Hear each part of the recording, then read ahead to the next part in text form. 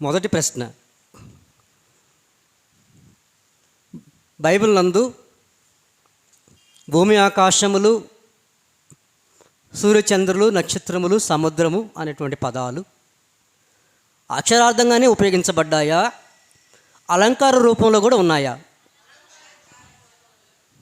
అదండి, అలంకారంగా కూడా ఉపయోగించబడ్డాయి. పాత నిబంధన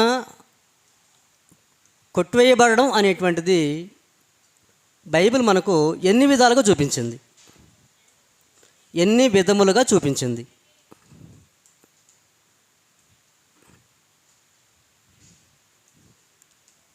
ప్రశ్న అర్థమైందా? అంటే నా వాయిస్ వినపడుతుంది కదా అందరికీ క్లారిటీగా?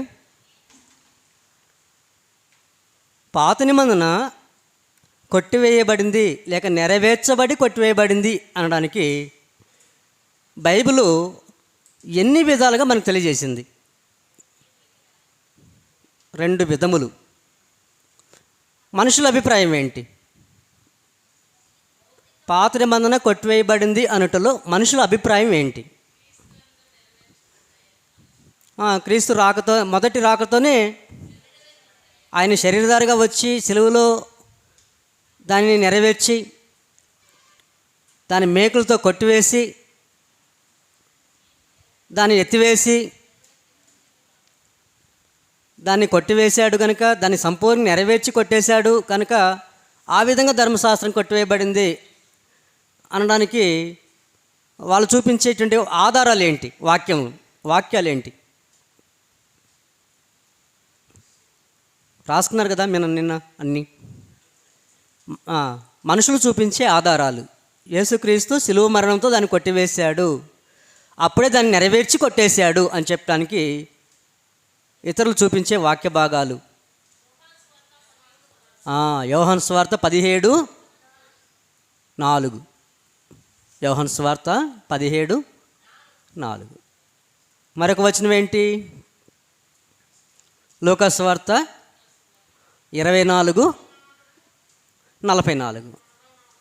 ఈ 2 వాక్యాలు యేసుక్రీస్తు నెరవేర్చి కొట్టివేశాడు అని తెలియజేస్తున్నాయా?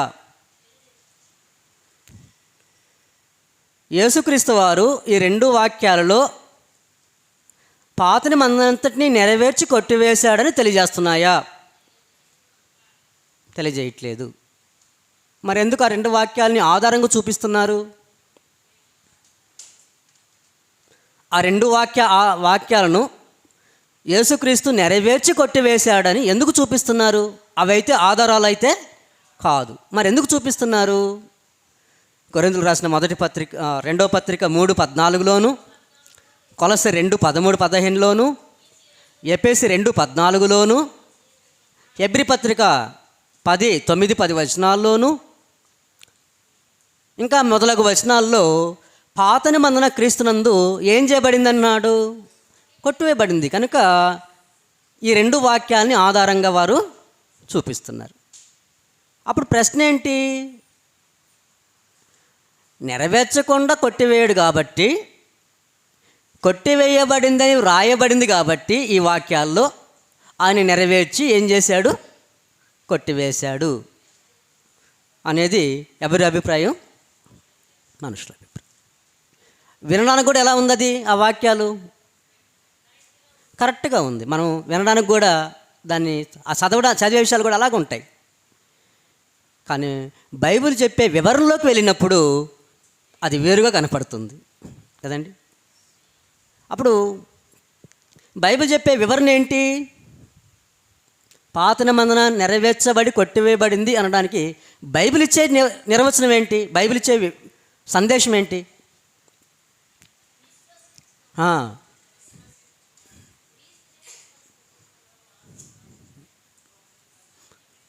ఇది ఒక భాగం.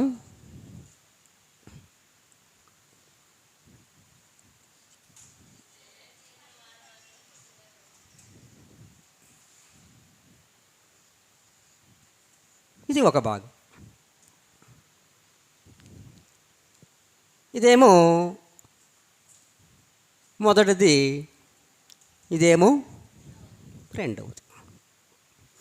అప్పుడు దీనికి సంబంధించిన రిఫరెన్స్లు ఎక్కడున్నాయి?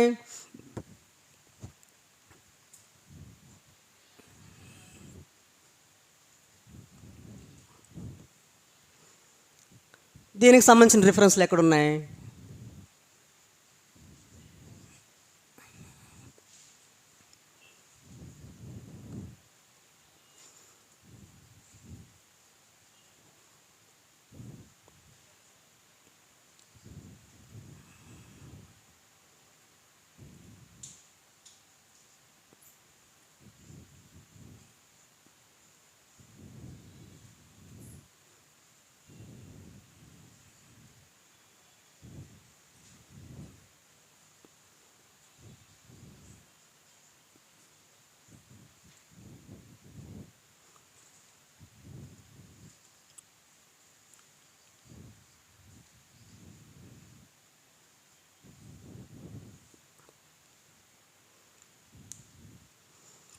ఇక్కడేమో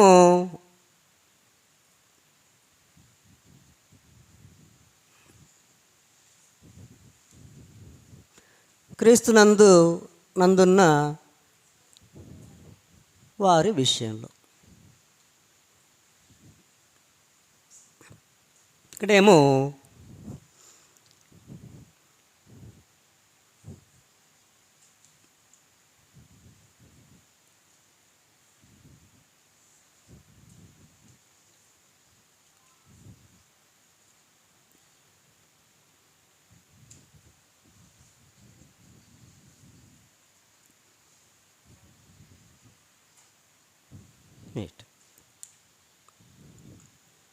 అప్పుడు ఇవి అది రెండు ఒకటేనండి? ఈ వాక్య భాగాలు ఆ వాక్య భాగాలు రెండు ఒకటేనా? కాదు. అక్కడేం చెప్తుంది బైబిలు? సంపూర్ణంగా కొట్టివేయబడుతుంది ధర్మశాస్త్రం అంటుంది. ఇక్కడేం చెప్తున్నాయి? క్రీస్తునందున్న వారి విషయంలో ధర్మశాస్త్రం ఏమైంది? కొట్టివేయబడింది.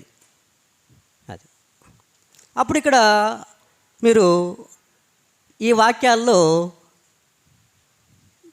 ఒక సందేశం రాసుకోవాలి కింద.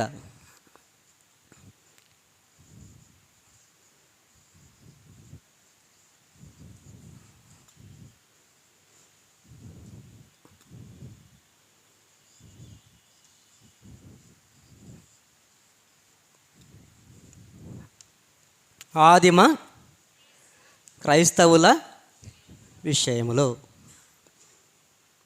మరి ఇప్పుడున్నటువంటి క్రైస్తవుల విషయంలో కూడా పాత నిబంధన కొట్టివేయబడి క్రీస్తులోకి వస్తున్నారా?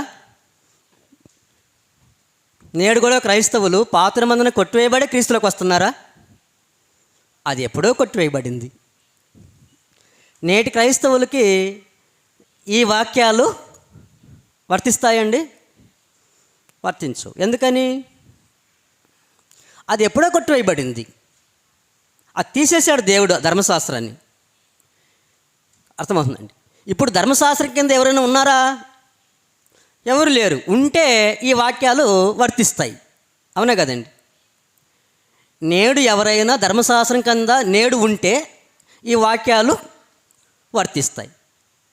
ఎవరైతే ధర్మశాస్త్రం కింద ఉన్నారో లేక ధర్మశాస్త్ర కాలంలో ఎవరైతే ఉన్నారో వారికి ఈ వాక్యాలు ఏమవుతాయి?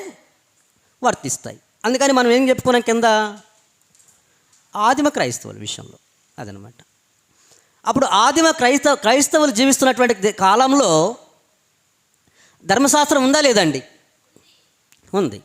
కనుక ధర్మశాస్త్రం కొనసాగుతుంది. కనుక ఆ ధర్మశాస్త్రం కింద ఉన్నటువంటి వ్యక్తుల్ని ఎక్కడ తీసుకొచ్చాడు? క్రీస్తునొద్దకు తీసుకొచ్చాడు. క్రొత్త నిబంధన చట్టం కిందకు వచ్చాడు. అర్థమవుతుంది కదండి? అప్పుడు వీళ్ళని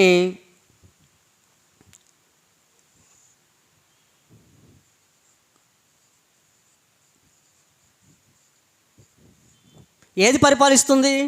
ఏది ఏలుతూ ఉంది? ధర్మశాస్త్రం. ధర్మశాస్త్రం కింద ఉన్న వారు ఎక్కడున్నారు? మరణంలో ఉన్నారు. ఇంకా ఎక్కడున్నారు?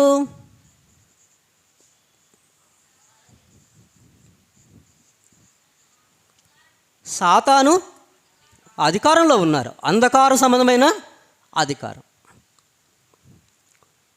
అప్పుడు ధర్మశాస్త్రం కింద ఉన్నటువంటి వారిని ఏం చేశాడు ఆయన?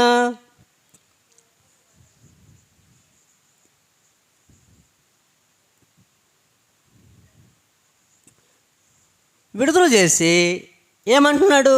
ఇదిగో మీ విషయంలో నేను ధర్మశాస్త్రాన్ని ఏం చేశాను? కొట్టివేశాను. మీరు ఎక్కడున్నారు? క్రొత్త నిబంధనలో ఉన్నారు. ఎవరెందు ఉన్నారు మీరు? అప్పుడు క్రీస్తునందున మీరు విషయంలో క్రీస్తు యేసునందు మీ హృదయము ప్రభు వైపునకు ఎప్పుడైతే తిరిగిందో అప్పుడు ముసుకేం చేయబడింది? తీసివేయబడింది. అర్థమవుతుంది కదండి. కాబట్టి మీరు ఈ వాక్యాలు ఎంతగా చదివినా కానీ మీకు వచ్చే సమాధానం ఏంటంటే ఇదే. ఏది? క్రీస్తునందున్న వారి విషయంలో అది రద్దు చేయబడింది అనేది సమాచారం అక్కడ ఆ వచనాల్లో. అర్థమవుతుంది కదండి. ఇప్పుడు దాకా మనం ఏమి విన్నాం? ఇది విన్నాం, కొట్టివేయబడింది అంతవరకే విన్నాం. కానీ బైబిల్ 2 విధాలుగా చెప్తుంది కొట్టివేయబడ్డం అనే దాని గురించి అనేసి మనం ఇప్పుడు నేర్చుకుంటున్నాం, ఇప్పుడు వింటున్నాం కదండి. సరే, మరొక ప్రశ్న. క్రొత్త ఆకాశము క్రొత్త భూమి పరలోకమా? అయితే ఏంటి? క్రొత్త భూమి క్రొత్త ఆకాశం పరలోకమా మరి ఏంటి? చాలామంది ఇచ్చే సమాధానం ఏంటంటే క్రొత్త ఆకాశము క్రొత్త భూమి ఎవరి రాకడలో వస్తుంది? ప్రభు రాకడలో, క్రీస్తు రాకడలో వస్తుంది. ఆయన క్రీస్తు ప్రభు 2వ రాకడలో వచ్చినప్పుడు ఏది సృష్టించబడుతుంది? అప్పుడు యోహాను గారు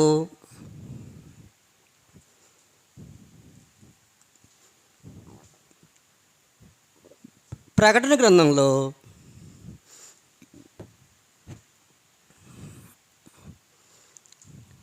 ఏం చూశారు?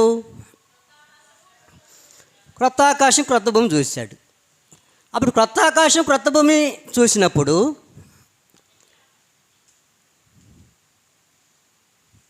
భూమిపై ఉన్నటువంటి సంఘము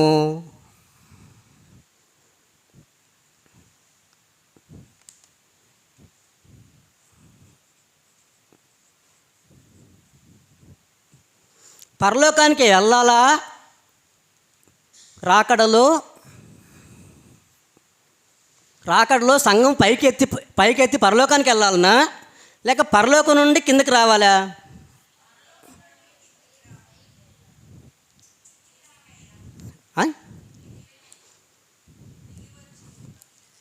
మనుషులందరూ అభిప్రాయం చెప్పండి.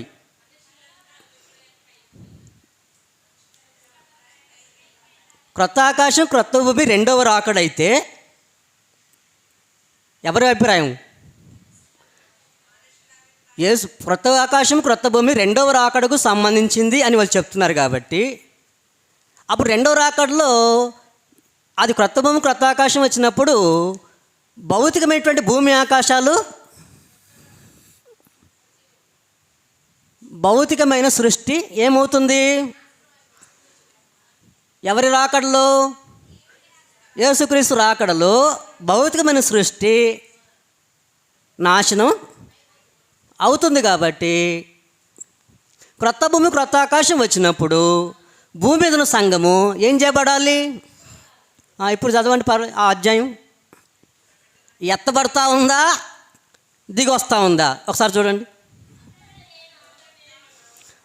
అంతటి నేను క్రొత్త ఆకాశములను క్రొత్త భూమిని చూచితిని. మొదటి ఆకాశము మొదటి భూమి గతించిపోయెను, సముద్రమును ఇకనూ లేదు. మరియు నేను నూతనమైన యెరూషలేమును, ఆ పరిశుద్ధ పట్టణము భర్త కొరకు అలంకరింపబడినది భూమి మీద. ఎక్కడ? పెండ్లి కుమార్తె వలె సిద్ధపడి. ఎక్కడ? భూమి మీద. నా బైబిల్లో లేదు అలాగా. మీ బైబిల్లో ఏమైనా ఉందేమో.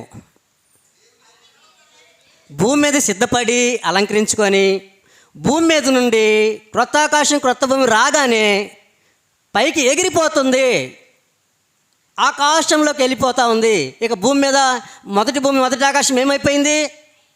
లయమైపోయింది. ఇంకేముంది? ఇంకేం లేదు ఇక్కడ. కాబట్టి ఏమవుతుంది? పెండ్లి కుమార్తె అలంకరించుకొని అలా ఉందండి. మరి ఎలా ఉంది? మరేంది దిగొచ్చింది అంటున్నాడు? ఇప్పుడు రెండవ రాకడలో క్రొత్త ఆకాశం ఆయన చూసినప్పుడు సంఘము పైకి వెళ్ళాలా, కిందకి రావాలా? మనుషుల అభిప్రాయం చెప్పండి. క్రొత్త ఆకాశం క్రొత్త భూమి వచ్చినప్పుడు అది ఎవరు రాకడా? యేసుక్రీస్తు వారి యొక్క రాకడ. ఆ రాకడలో భౌతిక సృష్టి ఏమవుతుంది? లయమైపోతుంది. భౌతిక సృష్టి లయమైపోతే సంఘం ఎక్కడికి వెళ్ళాలి? మరి యోహాను గారు క్రొత్త ఆకాశం క్రొత్త భూమి చూసినప్పుడు సంఘం ఎక్కడి నుండి వస్తుంది? అది ఎట్లా సాధ్యం? ఇప్పుడు భౌతికమైన సృష్టి లేదు కదా, కిందకి రావడం ఎలా సాధ్యం? మీకు అర్థమవుతుందో లేదో నేను చెప్పే విషయాలు అర్థమవుతున్నాయి కదండి. నిజంగా భౌతికమైన సృష్టి గతించిపోయిన భూమి ఆకాశాలు భౌతికమైన సృష్టి అయితే సంఘము పైకి వెళ్ళాలి తప్ప అక్కడ అలంకరించుకొని కిందకి రావడం అనేది సాధ్యపడదు. అవునండి, అవుతుందా? అయితే వాస్తవంగా 4వ వచనం చదవండి. అక్కడ ఆ అధ్యాయంలో 4వ వచనం చదవండి. ఆయన వారి 3వ వచనం చదవండి. అప్పుడు దేవుని నివాసము. అదేంటి? క్రొత్త ఆకాశం క్రొత్త భూమి వచ్చినప్పుడు ఇక్కడ ఉన్నటువంటి మనుషుల నివాసము ఎక్కడికి వెళ్ళాలి? దేవునితో నివసించడానికి వెళ్ళాలి. దేవుడే దిగొచ్చి మనుషులతో దగ్గర నివసించకూడదు. ఏ రాకడలో? ప్రభు రాకడలో. ఏది లయమైపోయినప్పుడు? భౌతిక సృష్టి లయమైపోతే దేవునితో మన నివాసమా? దేవుడే దిగిచ్చి మనుషులతో నివాసం చేయాలా?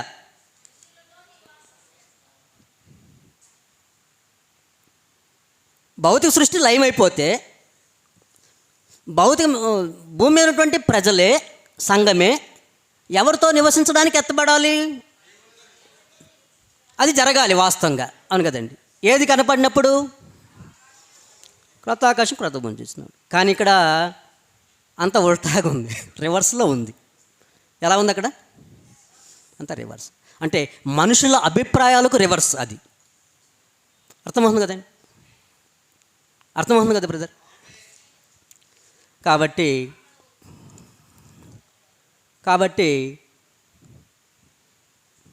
క్రొత్త ఆకాశం క్రొత్త భూమి పరలోకం నుండి ఏడకు వస్తుంది,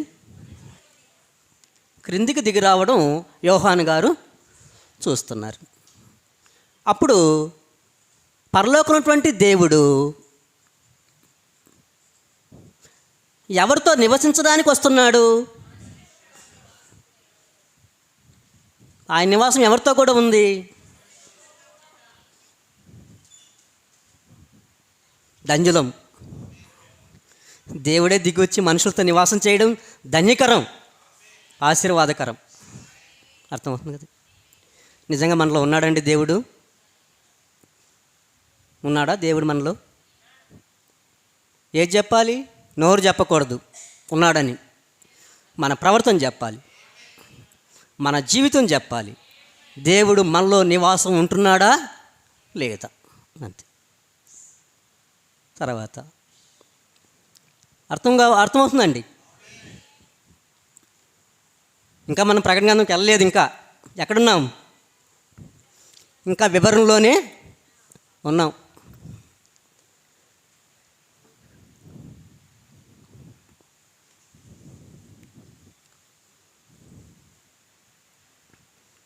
సరే, మన పాఠంలోకి వద్దామండి.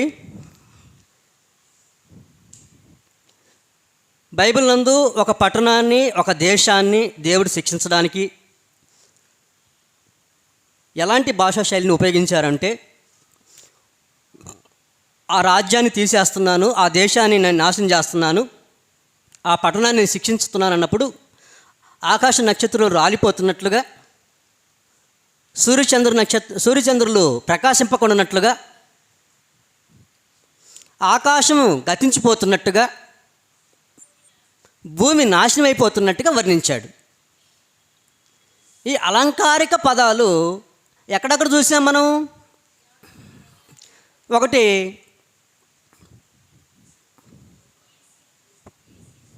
యోసేపు కళ, 2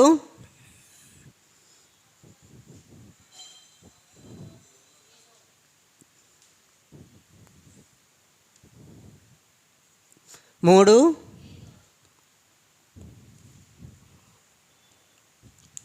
ఏదని కాదండి,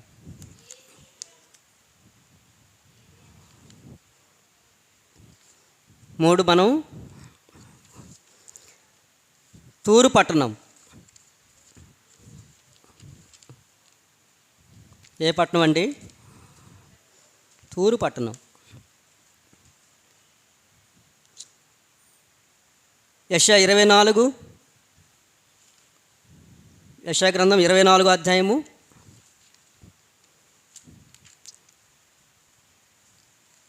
1 చూడండి. 1 నుంచి 20 వరకు ఉంది అక్కడ సమాచారం. ఆలకించుడి, యెహోవా దేశమును వట్టిదిగా చేయుచున్నాడు. 20 వచనం, 18వ వచనం, 18 నుంచి 20 వరకు.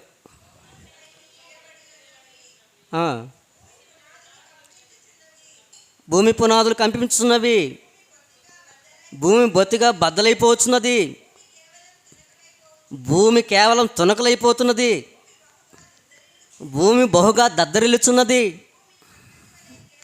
భూమి మత్తున వలె కేవలము తూలుచున్నది, పాక వలె ఇటు అటు ఊగుచున్నది.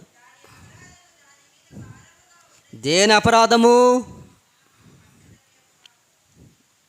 ఈ భూమి అపరాధమా? ఎవరు అపరాధం చేసింది? అపరాధులు ఎవరండి? దాని అపరాధము అంటే దాని పాపము. అప్పుడు ఏంటి దాని అంటే అక్కడ దేని దాని అంటున్నాడు? భూమి. అప్పుడు భూమి పాపం చేసిందా? పాపం చేసింది ప్రజల. అప్పుడు ప్రజల్ని ఏమంటున్నాడు? భూమి అంటున్నాడు. ప్రజల్ని ఏమంటున్నాడు? అదండి. తర్వాత మనం ఎక్కడ చూసాం? ఒకటేమో బబులోను దేశం, 2 తూరు కదండి.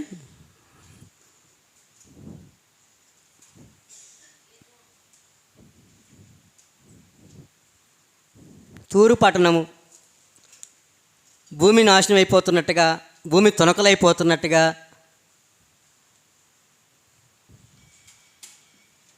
చూసాం. ఇంకేముంది? మరొక వచనంలో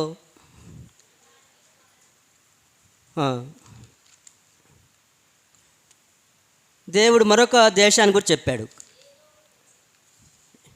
ఏదేని కాదు,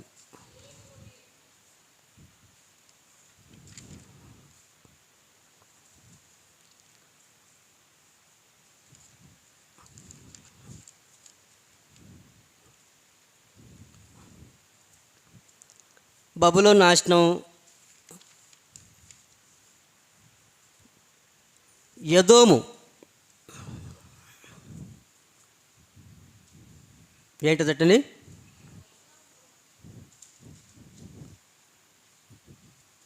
ఎదోము దేశం.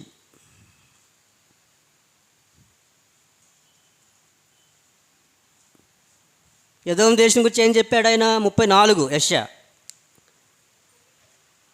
34 1-6 దేవుడు ఎదోము దేశం యొక్క నాశనం గురించి వాడిన పదజాలాల్ని మనం చూస్తున్నాం.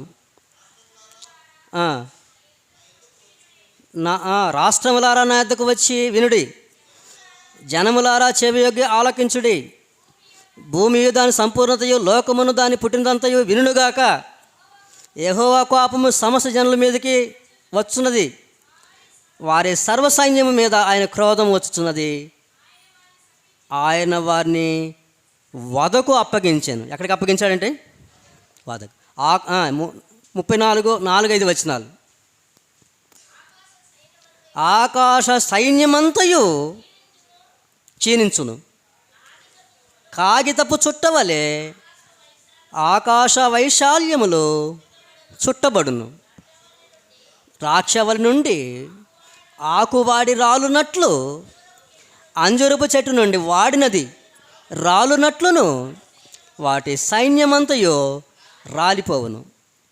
నిజముగా ఆకాశమందు నా ఖడ్గము మత్తిల్లును, ఎదోము మీద తీర్పు తీర్చుటకు నేను శపించిన జనం మీద తీర్పు తీర్చుటకు అది దిగును. ఏ దేశం అంట? ఎదోము దేశం. అదండి ఏదోం. అప్పుడు ఎదోము దేశం. 5 ఏంటండి?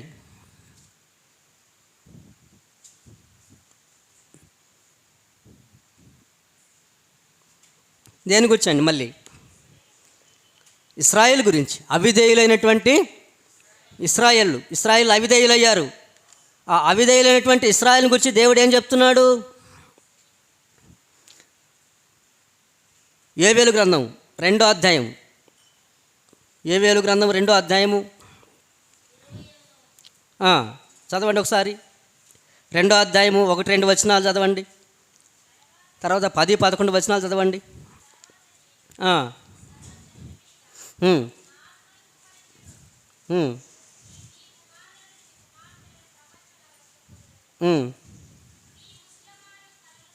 కళ్ళకందరూ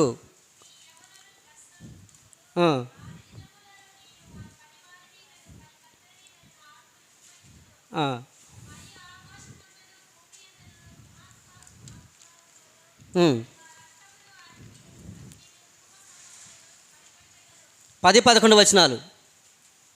10-11 వచనాలు. వాటి భయము చేత భూమి కంపించుచున్నది, ఆకాశము తత్తరించుచున్నది, సూర్యచంద్రులకు తేజహీనత కలుగుచున్నది, నక్షత్రముల కాంతి తప్పుచున్నది. యెహోవా తన సైన్యమును నడిపించును, ఉరుము వలె గర్జించుచున్నాడు. ఆయన దండు బహు గొప్పదై ఉన్నది, ఆయన ఆజ్ఞను నెరవేర్చున్నది బలం గలది. యెహోవా దినము బహు భయంకరము, దానికి తాళజాలవాడేవాడు. అంటే దేవుడు తన ఇశ్రాయేలుని శిక్షించేటప్పుడు కూడా ఎలాంటి పదాలు వాడాడు?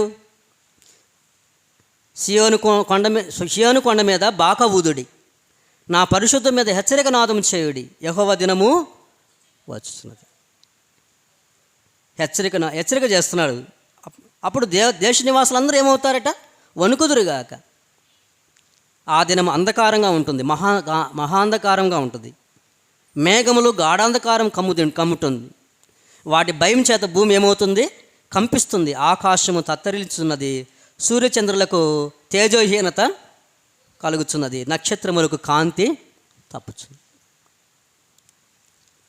ఇదే విషయాన్ని మత్తయి సువార్తలో ఎవరు చెప్పారండి? యేసుక్రీస్తు శిష్యులకు చెప్పాడు. ఎక్కడ? 24వ అధ్యాయము 1-34. ఒకసారి మత్తయి సువార్తకు వద్దాం.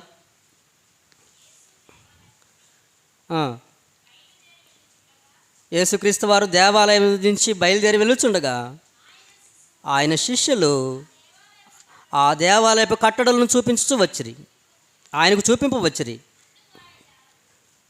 ఏమండి, దేవాలయం కంటే గొప్పవాడు అక్కడ ఉన్నాడు. వాళ్ళు దేని చూస్తున్నారు? దేవాలయం చాలా గొప్పగా ఉందో చూపిస్తున్నారు. ఎంత శృంగారంగా కట్టబడిందో, ఎంత అందంగా కట్టబడిందో, ఎంత వైభవంగా ఉందో. ఆ దేవాలయానికంటే గొప్పవాడు ఎవరండి? యేసుక్రీస్తు. ఆయన దగ్గరికే వచ్చి దేని చూపిస్తున్నారు? దేవాలయం చాలా బాగుంది అంటున్నాడు. అప్పుడు యేసుక్రీస్తు వారు ఏమంటున్నారు? అందుకు ఆయన, మీరు వీటన్నిటి చూస్తున్నారు కదా, రాతి మీద రాయి ఒకటైన నిలిచి ఉండకుండా ఇవి యెరూషలేము ఏం చేయబడుతుంది? దేవాలయం పడద్రోయబడుతుంది. 15వ వచనం. కాబట్టి ప్రవక్త అయిన దానియేలు ద్వారా చెప్పబడిన నాశనకరమైన హేయ వస్తువు పరిశుద్ధ స్థలమందు నిలుచుట మీరు చూడగానే చదువువాడు గ్రహించునుగాక. యోధలే ఉండువారు కొండలు పారిపోవలెను, మిద్దె మీద ఉండువారు తన ఇంటిలోనికి ఏదైనా తీసుకొని పోవటకు దిగకూడదు. ఇలా ఆయన యెరూషలేము నాశనానికి ముందు ఏమేమి జరుగుతాయో చెప్తూ ఉన్నాడు. ఆ చెప్తూ మరి కిందకు వచ్చేసరికి 28వ వచనం. పీనుగ ఎక్కడ ఉన్నదో అక్కడ గద్దలు పోగవును. ఎవరు పీనుగ ఎవరండి? యూదులు. గద్దలు ఎవరు మరి? రోమా సైన్యం. రోమా సైనికులు వారి జెండాల మీద ఏ గుర్తుంటుంది?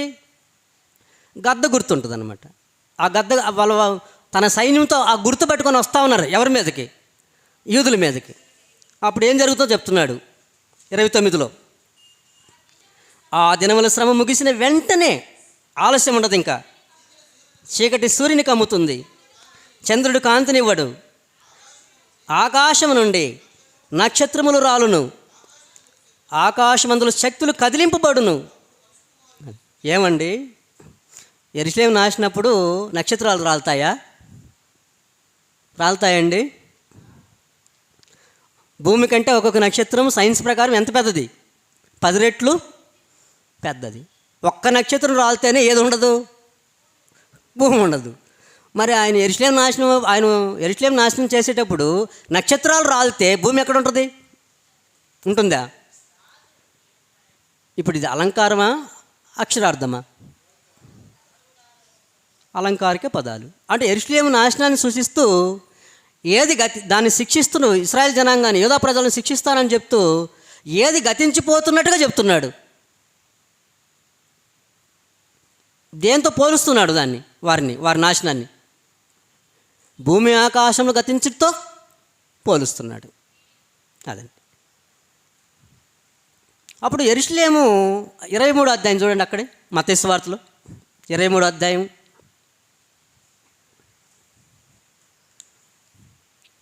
మత్తయి సువార్త 23వ అధ్యాయంలో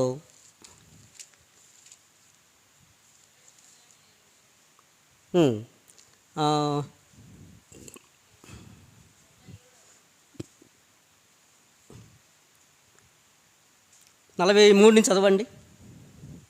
42 నుంచి 43 నుంచి చదవండి. కాబట్టి ఇప్పుడే 37 నుంచి 23వ అధ్యాయము 37 నుంచి చదవండి. యెరూషలేమా, ప్రవక్తలను చంపుచును, నీ యొద్దకు పంపబడిన వారిని రాళ్లతో కొట్టుచును ఉండుదానా, కోడి తన పిల్లలను రెక్కల క్రింద ఎలాగూ కొనును, అలాగనే నేను నీ పిల్లలను ఎన్నో మార్లు చేర్చుకునే వాళ్ళు ఉంటుంది, కానీ మీరు వల్లక పోతారు. యెరూషలేమా, ప్రవక్తలను చంపుచూ ఉండదానా. ఏం చేశారు వాళ్ళు? పాపం. ఎవరిని చంపారు? అదండి. అంటే యెరూషలేము నాశనం అవడానికి కారణం ఏంటి? ప్రవక్తలను చంపేశారు వాళ్ళు, నీతిమంతులను చంపేశారు, అపోస్తలులను చంపేశారు, యేసుక్రీస్తుని వారిని చంపేశారు, పరిశుద్ధులను చంపేస్తున్నారు. అప్పుడు యేసుక్రీస్తు వారు అన్నారు, పైన అన్నాడు, 31వ వచనం, అందువలననే మీరు ప్రవక్తలను చంపిన వారి కుమారులై ఉన్నారు, మీ మీద మీరే సాక్ష్యం చెప్పుకొనుచున్నారు, మీరును మీ పితల పరిమాణమును పూర్తి చేయుడి. సర్పములారా, సర్ప సంతానమా, నరక శిక్షణకు మీరు ఎలాగో తప్పించుకుందరు? అందుచేత దేవుని, ఇదిగో నేను మీ వద్దకు ప్రవక్తలను, జ్ఞానులను, శాస్త్రులను పంపుచున్నాను. మీరు వారిలో కొందరిని చంపి సిలువ వేయుదురు, కొందరిని మీ సమాజంలో మందిరంలో కొరడాలతో కొట్టి పట్టణం నుండి పట్టణమునకు తరుముదురు. నీతిమంతుడని హేబేలు రక్తం మొదలుకొని బలిపీఠమునకును దేవాలయమునకును మీరు చంపిన బరకే కుమారుడగు జకర్యా రక్తం వరకు భూమి మీద చిందింపబడిన నీతిమంతుల రక్తం అంతయు మీ మీదకి వచ్చును. ఇవన్నీ ఈ తరం వారి మీదకి వచ్చునని మీతో నిశ్చయముగా చెప్పు. తెస్సలోనికి రాసిన పత్రిక 2వ అధ్యాయం, తెస్సలోనికి రాసిన మొదటి పత్రిక 2:14. తెస్సలోనికి రాసిన మొదటి పత్రిక 2:14. అవును సహోదరులారా, యోదయలు క్రీస్తు యేసునందున్నవా దేవుని సంఘములను పోలి నడుచుకుని వారైతిరి. వారు యూదుల వలన అనుభవించినట్టు శ్రమలే మీరును మీ సొంత దేశస్థుల వలన అనుభవించితిరి. ఆ యూదులు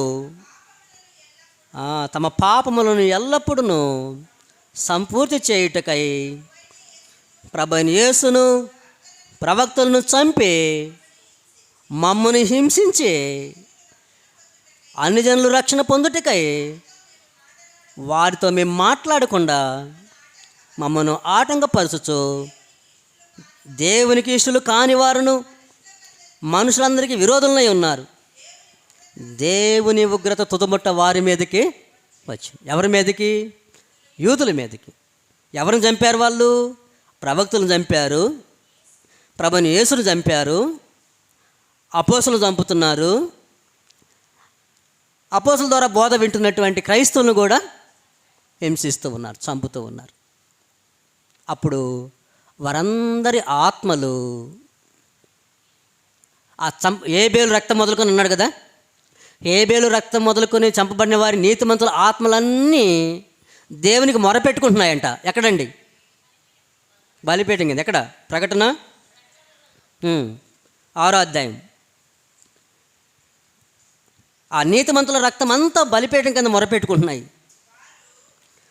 6వ అధ్యాయము 9వ వచనం. ఆయన 5వ ముద్రను విప్పినప్పుడు దేవుని వాక్యము నిమిత్తమును తాము ఇచ్చిన సాక్ష్యము నిమిత్తమును వధింపబడిన వారి ఆత్మలను బలిపీఠం కింద చూచితిని. వారు నాత సత్యస్వరూపే, పరిశుద్ధుడా, ఎందాక తీర్పు తీర్చకయో మా రక్తము నిమిత్తము భూనివాసులకు ప్రతిదండన చేయకయో ఉందువని బిగ్గరగా కేకలు వేసిరి. తెల్లని వస్త్రం వారిలో ప్రతివానికి ఇవ్వబడిను. అప్పుడు వారికి సమాధానం ఇస్తుంది. వారు అడిగిన దానికి సమాధానం ఏంటి? సమాధానం వారిలో తెల్లని వస్త్రం ప్రతివానికి ఇవ్వబడిను. మరియు జవాబిస్తున్నాడు ఆయన. ఏంటంటే, వారి వలనే చంపబడువో వారి సహదాసుల యొక్కయు సహోదరుల యొక్కయు లెక్క పూర్తి అగు వరకు కొంచెము కాలము విశ్రమింపవలనని వారితో దేవుడిచ్చిన సమాధానం ఏంటి? కొంచెం కాలం. ఎందుకని? ఇంకా వాళ్ళ పాప పరిమాణాన్ని పూర్తి చేయడానికి ఇంకొంత సమయం ఉంది. ఇంకా వారి చేత చంపబడాల్సిన వాళ్ళ సహోదరులు ఇంకా కొంతమంది ఉన్నారు. అప్పుడు వాళ్ళ పాపం ఏమవుతుంది? పండుతుంది, పరిపూర్ణమవుతుంది. అప్పుడు నేను వాళ్ళంతా చూస్తాను. దానికి వారు ఏ విధంగా నాశనం చేయబడతారో, ఆయన ఉగ్రత వచ్చినప్పుడు వారు దేవుని ఉగ్రతకు తాళలేక వారు ఎలాగా కొండలకు పారిపోతారో అని చెప్పడానికి 12వ వచనం చెప్పారు. 12వ వచనం చదవండి ఒకసారి. 12వ వచనం నుంచి. ఆయన 6వ ముద్రను విప్పినప్పుడు నేను చూడగా పెద్ద భూకంపము కలిగెను. సూర్యుడు కంబల వలె నలుపాయను, చంద్రబింబమంతయు రక్తవర్ణమాయను. పెద్ద గాలి చేత ఊగులాడు అంజూరపు చెట్టు నుండి అకాలపు కాయలు రాలినట్లు. ఏం రాలేటండి? ఆకాశం నక్షత్రాలు రాలేట. మరియు ఆకాశ మండలము చుట్టబడిన గ్రంథము వలనై తొలగిపోయెను. ప్రతి కొండయు ప్రతి ద్వీపమును వాటి వాటి స్థానములు తప్పెను. భూరాజులను, గనులను, సహస్రాధిపతులను, ధనికులను, బలిష్ఠులను, ప్రతి దాసుడును, ప్రతి స్వతంత్రుడును అదిగో కొండ గుహలలోను బండల సందుల్లోనూ దాగుకొని సింహాసనాసీనుడు అయిన వాని యొక్కయు గొర్రె పిల్లవ యొక్కయు ఉగ్రత మహాదినము వచ్చెను. దానికి తాళజాలని వాడెవడు. మీరు మా మీద పడి ఆయన సన్నిధికిని గొర్రెపిల్ల ఉగ్రతకును మమ్మను మరుగు చేయుడి అని పర్వతంతోనూ. భూమి ఆకాశాలు గతిస్తే బండలు కొండలు ఎక్కడి నుంచి వచ్చాయి? అంతే కదా. ఇప్పుడు అక్కడ ఆకాశం నక్షత్రాలు రాలాయి. ఆకాశము చుట్టబడిన గ్రంథం వల్లే తొలగిపోయింది, భూమి లేదు. అప్పుడు వాళ్ళు ఎక్కడికి పారిపోతారు? ఇంకా ఇప్పుడు భౌతికమైన ఆకాశం గతించిపోతే ఎక్కడికి పారిపోవడానికి అవకాశం లేదు, ఎక్కడికి పారిపోవడానికి అవకాశం లేదు. అంతే కదా. ఒకవేళ అది భౌతికమైన భూమి ఆకాశాలు అయి ఉంటే మళ్ళీ కొండల్లోకి దాక్కోవడానికి వెళ్తారా? మరి అది అలంకారమా అక్షరార్థమా? అలంకారం. మనకు అర్థమవుతుంది కదా అలంకారం అని కదండి. ఒకవేళ అక్షరార్థమైతే ఇంకా ఎక్కడికి పారిపోవడానికి అవకాశం లేదు, ఉండదు. ఎందుకని? ఆయన యేసుక్రీస్తు రావడంతోనే భౌతికమైన భూమి ఆకాశాలు ఏమైపోవాలి? లయమైపోవాలి. అప్పుడు భౌతికంగా యేసుక్రీస్తు రాకడతో భౌతికమైన భూమి ఆకాశాలు లయమైపోతాయి. కాబట్టి ఇంకా వాళ్ళు ఎక్కడ కూడా కొండ సందుల్లోనికి బండ సందుల్లో దాక్కోవడానికి అవకాశం లేదు. మరి వీళ్ళు కొండలకు పారిపోతున్నారంటే అక్కడ గతించిపోయిన భూమి ఆకాశాలు ఏంటి? భౌతికమైనవి అయితే, భౌతికమైన భూమి ఆకాశాలు అయితే కాదు. దేవుడు ఆ పరిశుద్ధులను చంపినందుకు వారి రక్తము నిమిత్తము వారికి ప్రతిదండన చేస్తున్నాడు, వారిని నశింపజేయబోతున్నాడు అని చెప్పడానికి అలంకారికంగా వాడబడినటువంటి పదజాలం. యోహాను గారు, మత్తయి సువార్తలో యేసుక్రీస్తు వారు, పేతురుపత్రికలో పేతురు గారు, ప్రవక్తల గ్రంథాల్లో ప్రవక్తలు ఒక దేశాన్ని, ఒక పట్టణాన్ని నాశనం చేయడానికి వాడబడిన పదజాలం భూమి ఆకాశాలు గతించిపోవడంతో వారి శిక్షను, వారి తీర్పును, వారి నాశనాన్ని వర్ణించడం జరిగింది. అవునా కాదా? అవునా కాదా? మరి బైబిల్ చదివేవారు ఈ విధంగానే దాన్ని పరిశీలిస్తున్నారండి?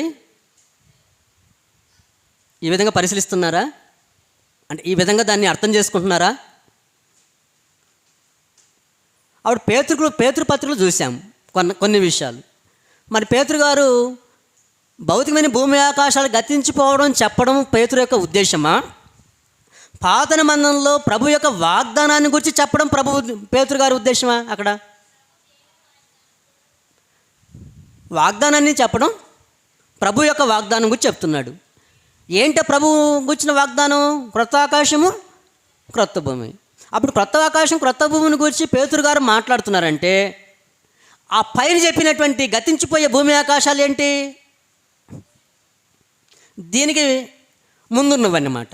క్రొత్త భూమి, క్రొత్త ఆకాశానికి ముందున్న ఆకాశం అదేంటో చూద్దాం. ఇప్పుడు అది ఎక్కడుందో చూద్దాం. అంత అర్థమవుతుందండి. అంటే భూమి ఆకాశాలు గతించిపోతాయి అని బైబిలు ఎక్కడైనా చెప్పిందా? ప్రవచనాలలో, పాత నిబంధన ప్రవచనాలలో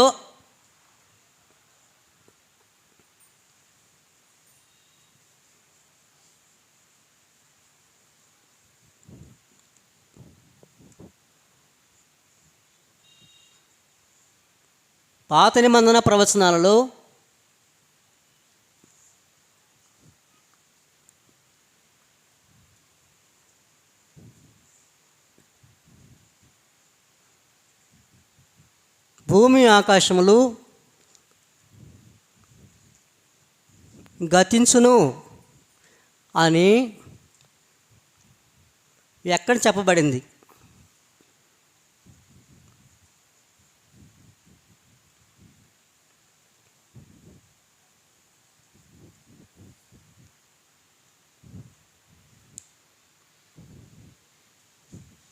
పాత నిబంధన ప్రవచనాలలో భూమి ఆకాశాలు గతించును అని ఎక్కడ చెప్పబడింది?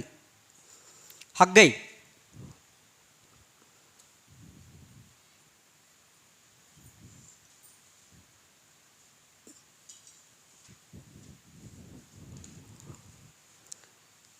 హగ్గై 2వ అధ్యాయము.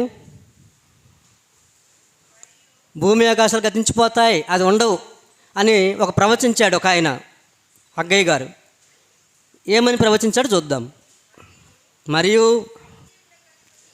సైన్యములకు అధిపతిగా యెహోవా సెలవిచ్చినదేమనగా, ఇక కొంతకాలమునకు ఇంకొక మారు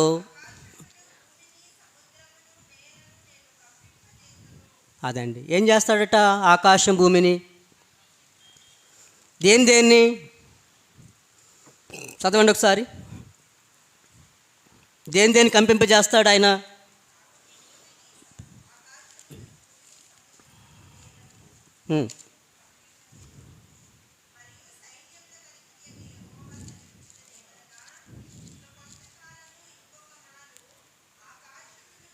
ఒకటి ఆకాశమును,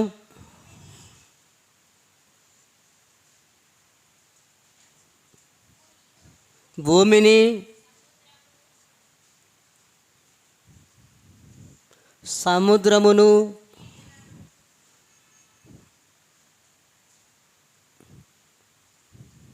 నేలను నేనేం చేస్తాను? ఇంకొకసారి అంటే ఇంతకుముందు ఎక్కడ ఒకసారి అయిపోయింది. ఎక్కడైపోయింది?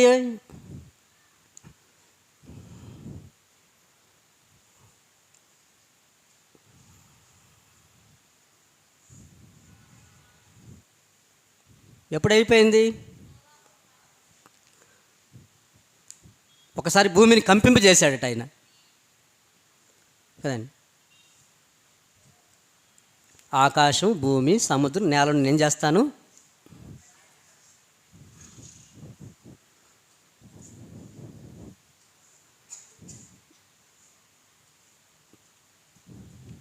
ఇంకొక మారు అంటే రెండవసారి నేను కంపింపజేస్తాను. ఇప్పుడు ఈ వాక్యాన్ని క్రొత్త నిబంధనలో, అంటే క్రొత్త నిబంధనలో కాదు, అపోస్తుల బోధలో ఎవరైనా ఎత్తి మళ్ళీ దీని గురించి చెప్పారా? పేతురు కానీ, పౌలు కానీ, అపోస్తులు కానీ, యోహాను కానీ, యోధా కానీ ఈ వాక్యాన్ని మరలా ఎత్తి చూపించడం జరిగిందా?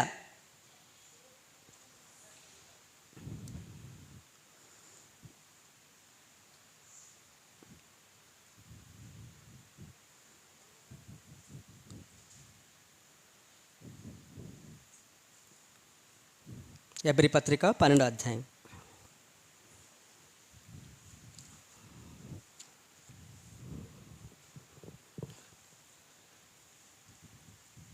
ఎబ్రీ పత్రిక 12వ అధ్యాయం. అందరు దీనండి చదువుతారు.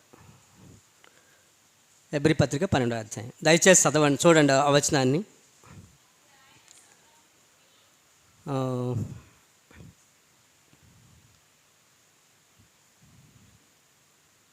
18 నుంచి చదువుదాం.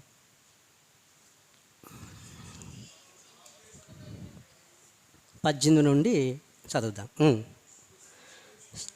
సృజించి తెలుసుకున్నట్టు మండుచున్నట్టు కొండకును, అగ్నికిని, కారు మేఘములకును, గాఢంధకారమునకును, తుఫానుకును, బోరధ్వనికిని, మాటల ధ్వనికిని.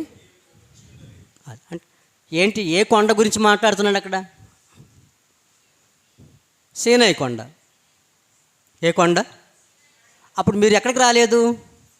సీనాయి కొండకి రాలా. ఎందుకని? ఆ నిబంధన గతిస్తుంది. ఇప్పుడు ఆ నిబంధన గతించిపోతుంది కాబట్టి అక్కడికి రావాలా. ఆ మాటల ధ్వనికి ఆ సీనాయి పర్వతాన్ని దగ్గరికి మీరు రాలేదు. ఎందుకని? సీనాయి పర్వతం దగ్గర ఏమి ఇవ్వబడింది? ధర్మశాస్త్రం ఇవ్వబడింది. ధర్మశాస్త్రం ఇవ్వబడింది. అప్పుడు సీనాయి కొండకు మీరు రాలేదంటే అర్థం ఏంటి? మీరు ధర్మశాస్త్రం కిందకి రాలేదు. చదవండి ఇంకా. మరియు 21వ వచనం. ఆ దర్శనం 20వ వచనం. ఒక జంతువైనను ఆ కొండకు తాకినెడల రాళ్ళతో కొట్టవలనని ఆజ్ఞాపించిన మాటకు వారు తాళలేక ఆ ధ్వని వినినవారు మరి ఏ మాట తనతో చెప్పవలదని ఎవరిని? మోషేని. మరియు ఆ దర్శనం ఎంతో భయంకరంగా ఉన్నందున మోషే నేను మిక్కిలి భయపడి వణుకుతున్నానండి. మోషే కూడా ఏం చేస్తున్నాడు? భయపడి వణుకుతున్నాడు. అదనమాట. మీరు ఆ మోషే ఇవ్వబడినటువంటి సీనాయి పర్వతం దగ్గర మీరు రాలేదు, లేక ఆ ధర్మశాస్త్రం కిందకి రాలేదు. కానీ ఇప్పుడైతే ఎక్కడికి వచ్చారు మీరు? సియోను కొండ. ఏదండి సియోను కొండ? నూతన యెరూషలేము. నూతన యెరూషలేముకి సియోను కొండ అంటున్నాడు.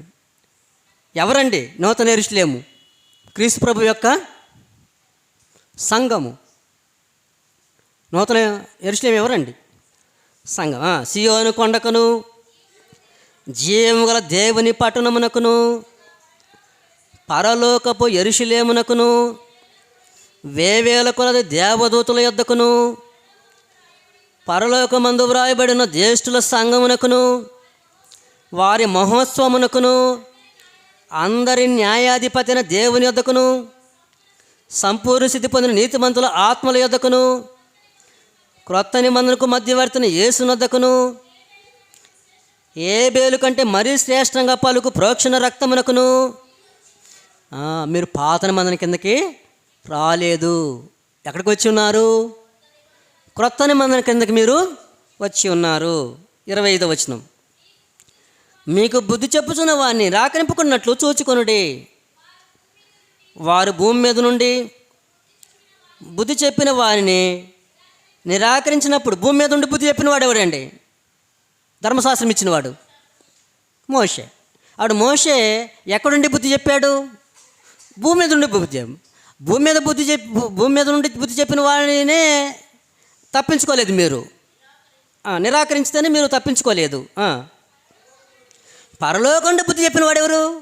ప్రభు అయిన యేసుక్రీస్తు. అక్కడేమో భూమి మీద ఉండి బుద్ధి చెప్పిన వాడేమో మోషే, ఇక్కడ పరలోకం నుంచి వచ్చే బుద్ధి చెప్పినవాడు యేసుక్రీస్తు. వాళ్ళే తప్పించుకోలేనప్పుడు మీరు ఎలా తప్పించుకుంటారు? అదనమాట. అప్పుడు ఆయన శబ్దము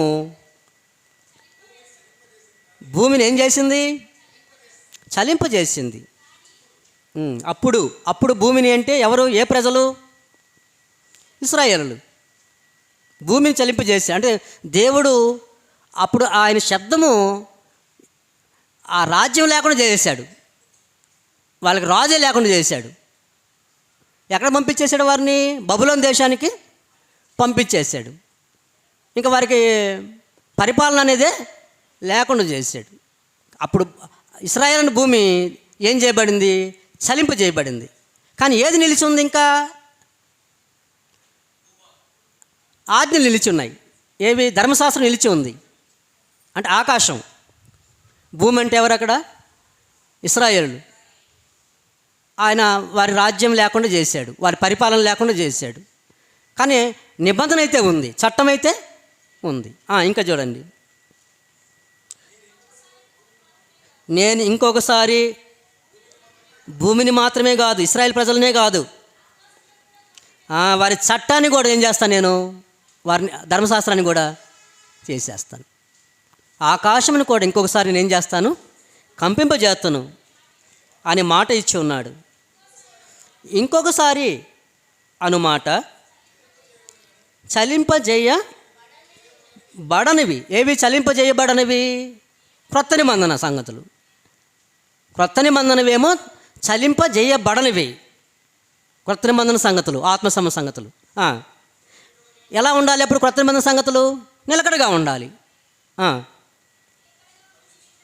అవి సృష్టింపబడిన వాటినట్టు చలింపజేయబడినవి ఏ నిబంధనకు సంబంధించినవి? పాత నిబంధనకు సంబంధించినవి. చలింపజేయబడినవి బొత్తిగా ఏం చేయబడతాయి? తీసివేయబడతాయి అని అర్థమిస్తున్నది కదా. అందువలన మనము అదండి. అంటే ఇప్పుడు దాకా ఏ రాజ్యాన్ని గురించి చెప్పాడు గతించిపోతాయని?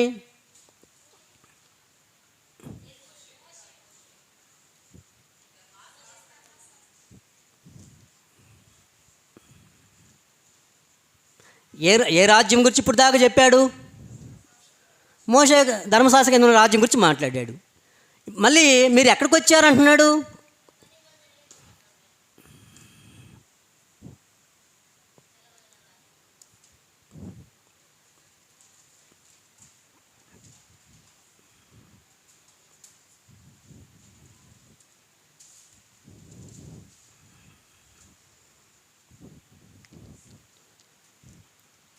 అప్పుడు మీరు ఎక్కడికి రాలేదు? ఈ రాజ్యం కిందకి రాలా. ఎందుకని? ఇవి ఏమైపోతాయి? తొలగిపోతాయి. ఇప్పుడు మీరు ఎక్కడికి వచ్చారు? క్రీస్తు పరలోకం నుంచి బుద్ధి చెప్పుతున్న వారి దగ్గరికి వచ్చారు. కొత్త నిబంధన కిందకి వచ్చారు. ఆయన రాజ్యం కిందకి వచ్చారు. కాబట్టి ఏ రాజ్యం ఇది? నిశ్చలమైన రాజ్యం.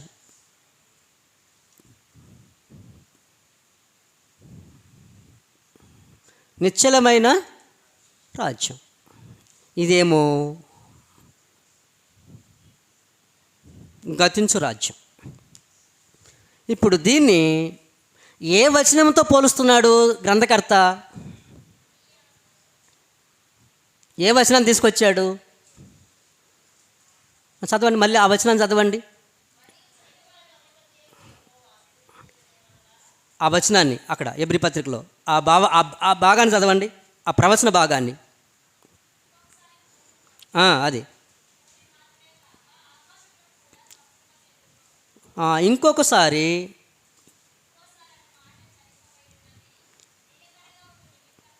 నేను ఇంకొకసారి భూమిని మాత్రమే గాక ఆకాశమును కూడా కంపింపజేతును అని మాట ఇచ్చి ఉన్నాడు. ఎక్కడా? హగ్గయిలో మాట ఇచ్చింది. ఇందాక చదివాం కదా. ఎక్కడ? హగ్గయి 2:6. అప్పుడు హగ్గయి ద్వారా దేవుడు నేను ఇంకోసారి ఆకాశం భూమిని తీసేస్తానని ఏమిచ్చాడట? మాట ఇచ్చాడట.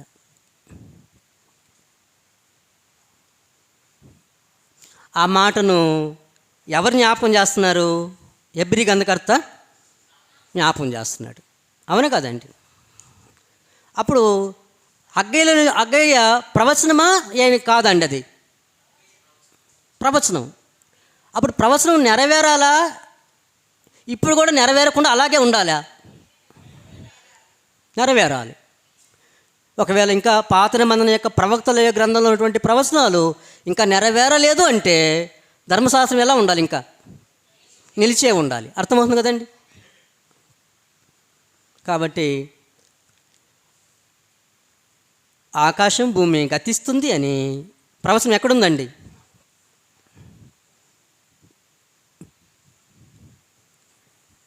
ఎక్కడుంది ప్రవచనం?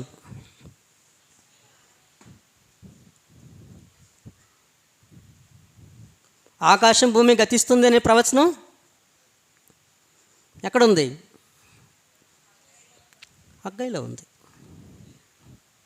అర్థమవుతుంది కదండి? అప్పుడు ఈ వాక్య భాగం నెరవేరిందంటారా? నెరవేరలేదా? నెరవేరితే మరి ఇంకా ఈ భూమి ఆకాశాలు అలాగే ఉన్నాయి.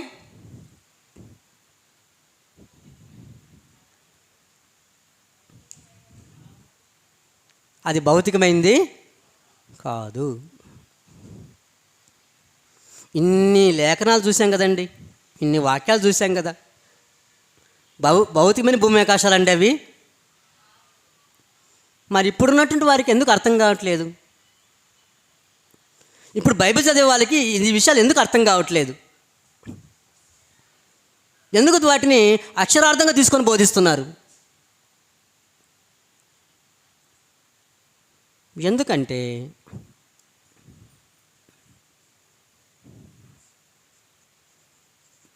ఎందుకు వాళ్ళకి అర్థం కావట్లేదంటే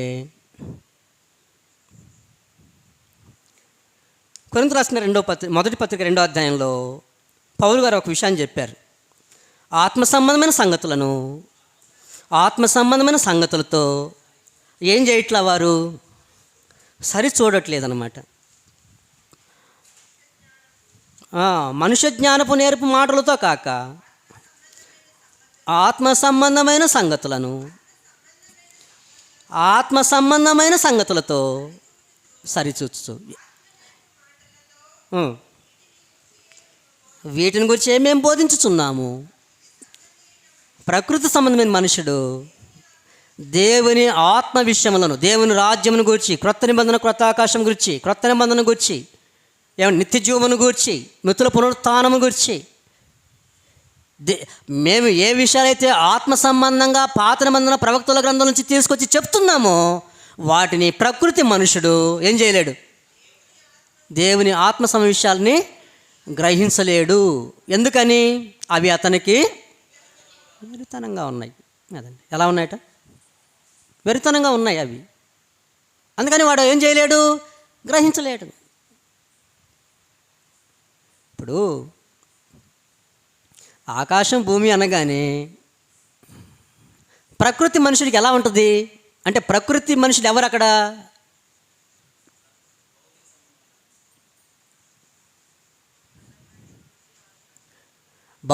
ఆకాశం భూమి అనగానే ప్రకృతి మనుషుడికి ఎలా ఉంటుంది? కంటికి కనపడాలంటాడు. అదనమాట. నా కంటికి కనపడితే నమ్ముతాను కాబట్టి అవన్నీ నా కంటికి కనపడేవాటే చెప్పాడు దేవుడు అంటాడు. దేవుడు తన్ను ప్రేమించు వారి కొరకు ఏవి సిద్ధపరిచనో అవి కంటికి కనబడలేదు, చెవికి వినబడలేదు, మనుష్య హృదయమునకు గోచరం కాలేదు. క్రొత్త ఆకాశము, క్రొత్త భూమి, దేవుని రాజ్యము, క్రొత్త నిబంధన, మృతుల పునరుత్థానము, నిత్య జీవము కంటికి కనబడేవి కావు. అవి ఆత్మ సంబంధమైనవి. ఆత్మ సంబంధ సంగతులను ఎలా గ్రహించాలి? ఆత్మ సంబంధంగానే గ్రహించాలి. ప్రకృతి మనుషుడు ఏం చేస్తాడు? దాన్ని అపార్థం చేసుకుంటాడు. అతనికి వెరితనంగా ఉంది కనుక ఆ విషయాలను అతడు గ్రహించలేడు. ఎవరు గ్రహించగలరు? ఆత్మ సంబంధాలు. ఎవరు గ్రహించగలరండి? ఆత్మ సంబంధాలు గ్రహించగలరు. అదండి. పాప సంబంధం గ్రహించలేడు, ఈ లోక సంబంధం గ్రహించలేడు విషయాలని. ప్రకృతి సంబంధాలు అసలు గ్రహించలేరు. మనుష్య జ్ఞానముతో నింపబడిన వాడు గ్రహించలేడు. దేవుని వాక్య జ్ఞానం కలిగిన వారు గ్రహించగలుగుతారు. అర్థమవుతుందండి? సరే, ప్రకృతి మనుషుడికి అంత ఏం కావాలి? అంత భౌతికమైనవి కావాలి. నాకు అన్ని కనపడేవే కావాలి ఆయనకి. ప్రకృతి మనుషులకి ఏం కావాలి? కంటికి కనబడేవే కావాలి. దేవుడేమో నేను ఇచ్చేవి కంటికి కనబడవు అంటున్నాడు. అవి అదృశ్యమైనది, శాశ్వతమైనది. కొరింథీయులకు రాసిన 2వ పత్రిక 4:16. కొరింథీయులకు రాసిన 2వ పత్రిక 4:16. ఎలయనగా మేము అధైర్యపడము, మా బాహ్య పురుషుడు కృషించుచున్నను, మా ఆంతర్య పురుషుడు దినదినము నూతన పరచబడుతున్నాడు. మేము దృశ్యమైన వాటిని చూడక. అదండి. ఏంటిది ఇది? ఏ లోకము, ఏ ప్రపంచము, ఏ పట్టణం ఇది? అదండి.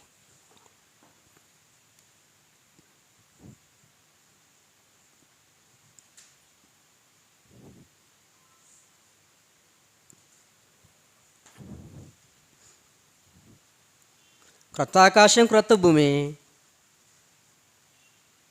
అపోస్తుల కంటికి ఎలా ఉందట? అదృశ్యలోకం. ఎందుకు అదృశ్యలోకం అది?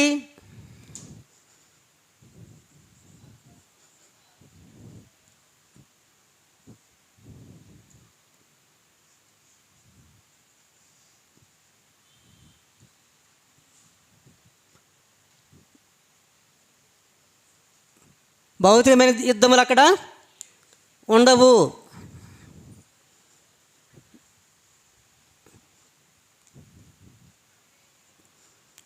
భౌతికమైనటువంటి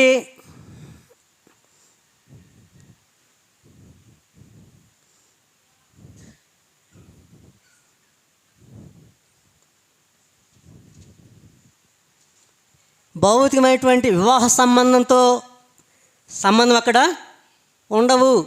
ఇచ్చిపో దేవుని రాజ్యము పెండ్లికి ఇచ్చుట పెండ్లి తీసుకోవడం కాదు. అక్కడ అందరూ సహోదరులే. బయటికి వెళ్తే మామ, అక్క, చెల్లెలు, మనవడు. ఆ వాకిలి దాటి ఇక్కడికి వస్తే నా భార్య నాకేమవుతుంది? సహోదరి. నా కొడుకు ఏమవుతాడు? అది భౌతికమైనటువంటి రిలేషన్స్తో సంబంధించింది కాదు. భౌతికమైనటువంటి అక్కామామలతో సంబంధించింది కాదు. ఇదంతా కూడా ఆత్మ సంబంధించినటువంటి బంధుత్వము. భౌతికమైనటువంటి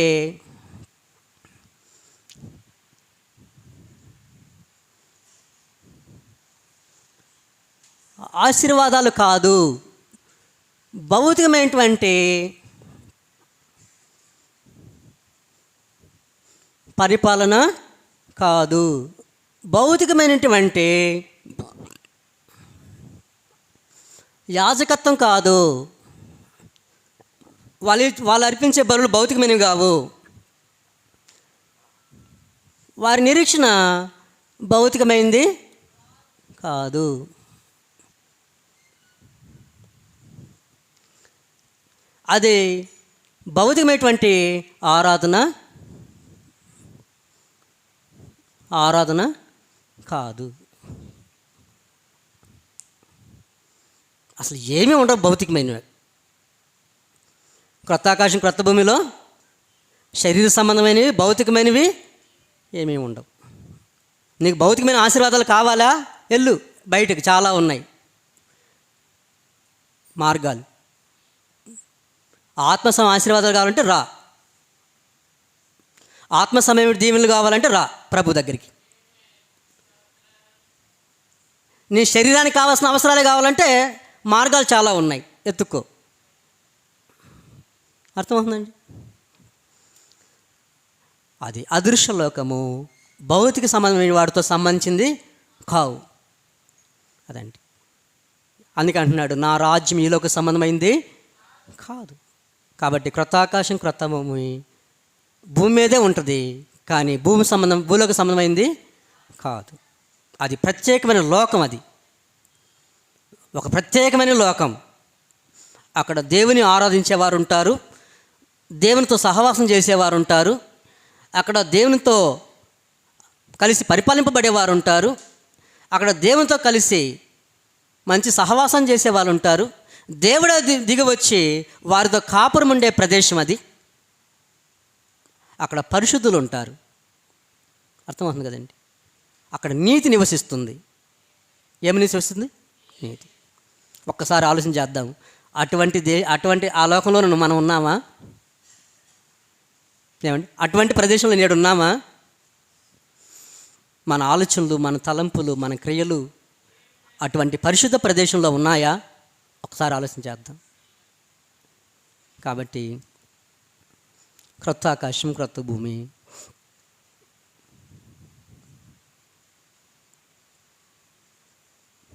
క్రీస్తు సంఘం,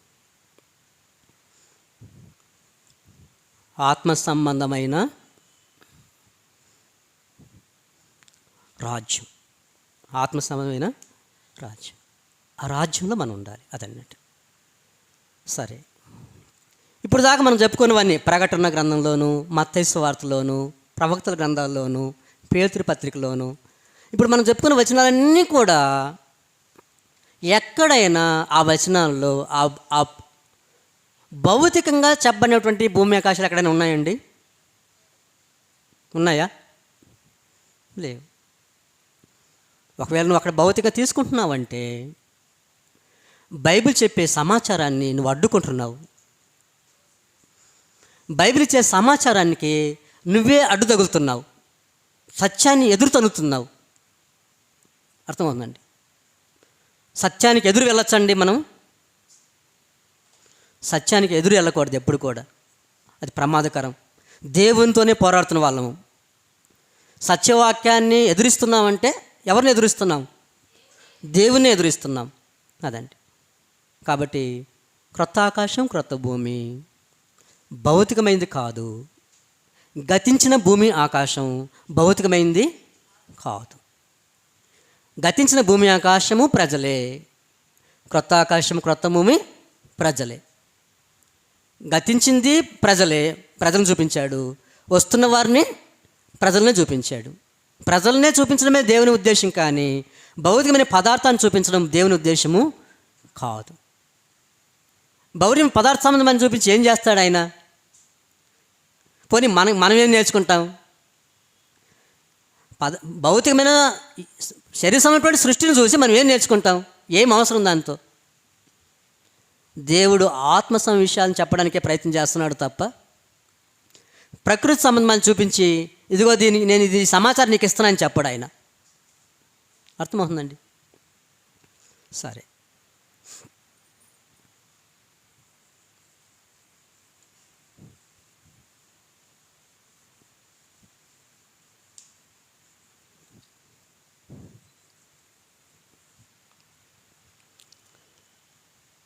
పరిశుద్ధ గ్రంథంలో క్రొత్త ఆకాశం క్రొత్త భూమి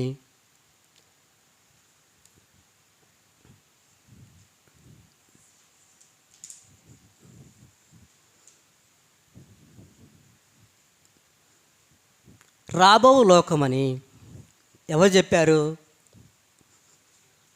హెబ్రీ గ్రంథకర్త 2వ అధ్యాయం.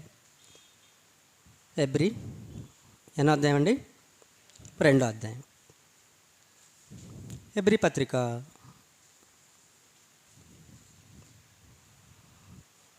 2వ అధ్యాయము 5 నుంచి. మనము మాట్లాడుచున్న ఆ రాబోవు లోకము, అదేంటండి రాబో లోకం? పరలోకం కదా, దేవతలు కదా ఉండేది అక్కడ. పరలోకం అండి అది. రాబో లోకం క్రొత్త ఆకాశం క్రొత్త భూమి. అక్కడ రాబో లోకము క్రొత్త ఆకాశం క్రొత్త భూమి పరలోకమా? ఒకవేళ పరలోకం అనుకుందాం. ఆ రాబో లోకము పరలోకం అయితే ఒకవేళ అక్కడ దేవదూతలు లేరండి?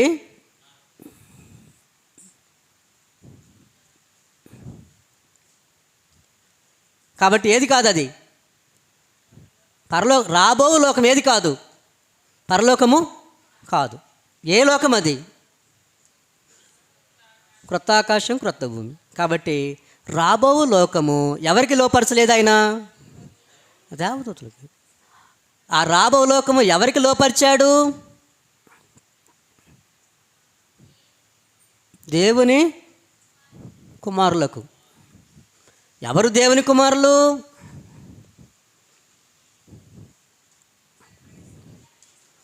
నిజ క్రైస్తవులు. ఎందుకన్నా నిజ క్రైస్తవులని? ఎందుకన్నానండి? అందరూ అలాగూ లేరు, అందరూ ఆ బోధలో లేరు, అటువంటి జీవితంలో లేరు. కాబట్టి ఆయన ఎవరైతే దేవుని కుమారులుగా ఉంటున్నారో వారికి ఆ లోకాన్ని ఇవ్వబోతున్నాడు. ఏంటి ఆ రాబో లోకము? క్రొత్త ఆకాశము క్రొత్త భూమి. ఏ లోకం అది? అదృశ్య లోకము. అవి రాబోవు లోకము. అదండి. చిన్న సబ్జెక్ట్ కాదండి క్రొత్త ఆకాశం క్రొత్త భూమి. క్రొత్త ఆకాశం క్రొత్త భూమి ఎక్కడో ఒక వచనంలో చెప్పి అలా విడిచిపెట్టలేదండి దేవుడు. విస్తారంగా చెప్పాడు దేవుడు. క్రొత్త ఆకాశం క్రొత్త భూమి గురించి ఎంత సమాచారం ఉందంటే నేను ఇంకా ఈ 3 రోజులు వివరిస్తాను. మీకు కావాల్సిన సబ్జెక్ట్ మొత్తం ఇస్తాను మీకు. అర్థమవుతుంది కదండి? చాలా సమాచారము క్రొత్త ఆకాశం క్రొత్త భూమి గురించి బైబిల్ చెప్పింది. అదండి క్రొత్త ఆకాశం క్రొత్త భూమి. హెబ్రీ పత్రికలో రాబోవు లోకం.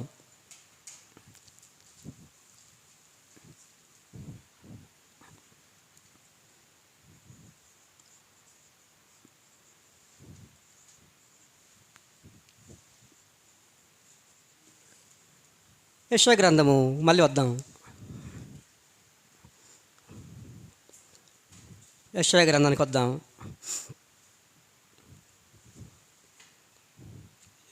ఇదిగో నేను క్రొత్త ఆకాశమును క్రొత్త భూమిని సృజించుచున్నాను. మునుపటివి మరవబడును, జ్ఞాపమునకు రావు. నేను సృజించుచున్న దాని గురించి మీరు ఎల్లప్పుడూ హర్షించి ఆనందించుడి.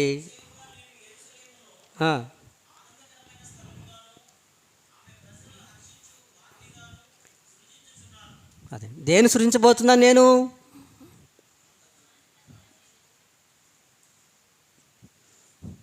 దేని నేను సృజించబోతూ ఉన్నాను? యెరూషలేమును.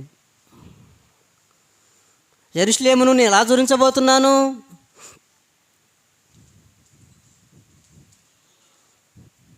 నూతనముగా.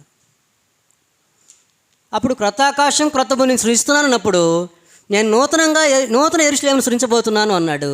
అప్పుడు నూతన యెరూషలేము పరిశుద్ధ పట్టణం. అప్పుడు నూతన యెరూషలేము గురించి దేవుడు ఎక్కడ తెలియజేశాడు? గలతీ పత్రిక 4వ అధ్యాయము 21 నుంచి. ధర్మశాస్త్రమునకు లోబడి ఉండగోరువారులారా, మీరు ధర్మశాస్త్రం వినట్లేదా? నాతో చెప్పుడి. దాసి వలన ఒకడును, స్వతంత్రాలి వలన ఒకడును, 2 కుమారులు అబ్రహామునకు కలిగిరని వ్రాయబడినది కదా. ఆయనను దాసి వలన పుట్టినవాడు. ఎలా పుట్టాడు?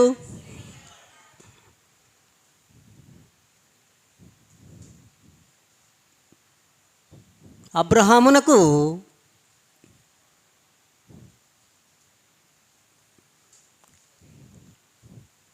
దాసి ఉందట.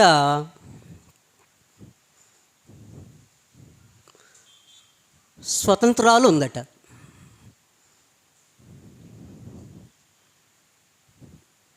దాసి ఎవరు? హాగరు. స్వతంత్రాలు ఎవరు? శారా.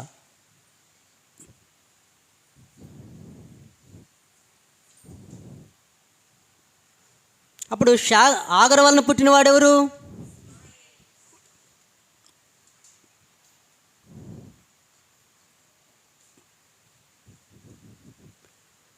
శారాకు పుట్టినవాడెవరు?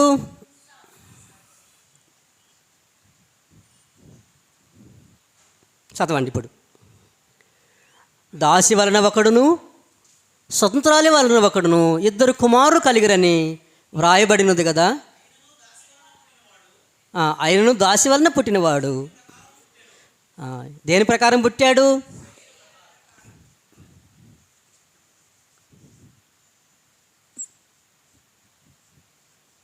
శరీర ప్రకారం పుట్టాను. స్వతంత్రాలి వలన పుట్టినవాడు వాగ్దానమును బట్టి పుట్టాను. ఈ సంగతులు నేను ఎలా చెప్పట్లేదు, మీకు అక్షరార్థంగా చెప్పట్లేదు. అక్కడ దాసి అంటే దాసి కాదు, హాగర్ అంటే ఇస్మాయిల్ అంటే ఇస్మాయిల్ కాదు, ఇస్సాక్ అంటే ఇస్సాక్ కాదు, షారా అంటే షారా కాదు. ఎలా చెప్తున్నాను ఈ సంగతులు? నేను అలంకారంగా చెప్తున్నాను. ఏంటి అలంకారము? చెప్తున్నాడు. అది అలంకారం. హాగరు పాత నిబంధనకు, శారా క్రొత్త నిబంధనకు సాదృశ్యంగా ఉన్నారు. అప్పుడు పాత నిబంధన బట్టి వచ్చినటువంటి ప్రజలకు ఎవరు? ఇస్మాయేలు ఎవరు స్థానంలో ఉన్నారు? పాత నిబంధన ఇశ్రాయేలు స్థానంలో ఉన్నాడు, యూదులు. మరి ఇస్సాకు, శారా క్రొత్త నిబంధన బట్టి పుట్టిన కుమారులు ఎవరు? క్రొత్త నిబంధన బట్టి పుట్టిన ప్రజలు ఎవరు? క్రైస్తవులు. అప్పుడు పాత నిబంధన హాగరు అయితే, హాగరు పుట్టిన బిడ్డలు ఎవరై ఉంటారు? ఇశ్రాయేలీలు. అదనమాట. అప్పుడు శారా ఏ నిబంధన? క్రొత్త నిబంధన. క్రొత్త నిబంధన బట్టి పుట్టిన బిడ్డలు ఎవరు? క్రైస్తవులు. అప్పుడు క్రైస్తవులు దేనికి సంబంధంలో? దేని బట్టి పుట్టినవారు? వాగ్దానాన్ని బట్టి పుట్టినవారు. మరి పాత నిబంధనలో ఉన్నవారు ఎవరు? దాసులు. అదనమాట. దాసి. ఏ దాస్యము? ధర్మశాస్త్రం యొక్క దాస్యము. అది అలంకారం. ఏంటిదండి? అలంకారం. ఇంకా చదవండి, కొద్దిగా పైకి వెళ్దాం.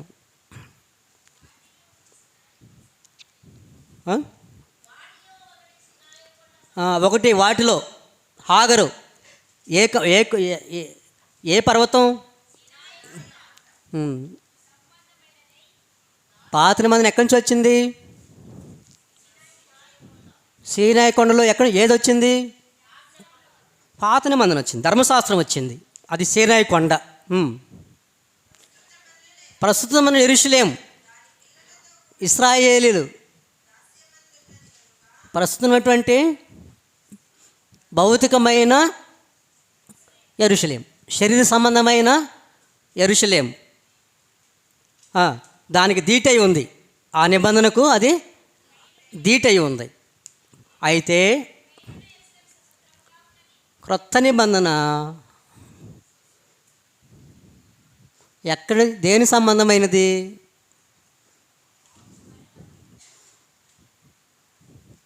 పరలోక సంబంధమైనది. అది పైనున్నది. ఎక్కడున్నది? పైనున్న యెరూషలేం. ఇది మనకు తల్లి. ఏది మనకు తల్లి? పైనున్న యెరూషలేం. జ్యేష్ఠుల సంఘం. ఎబ్రీ పత్రికలో అదండి 12వ అధ్యాయంలో ఏమన్నాడు దాన్ని? జ్యేష్ఠుల సంఘం లేక పైనున్న యెరూషలేం. ఆ పైనున్న యెరూషలేం దిగి రావడం ఎక్కడ చూశాడు? ప్రకటన గ్రంథంలో చూశాడు. ఎఫెసు పత్రిక చూడండి ఒకసారి. ఎఫెసు పత్రిక, ఎఫెసులో రాసిన పత్రిక 2వ అధ్యాయము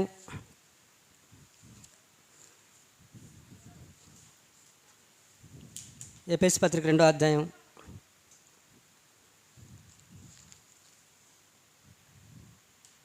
2వ అధ్యాయము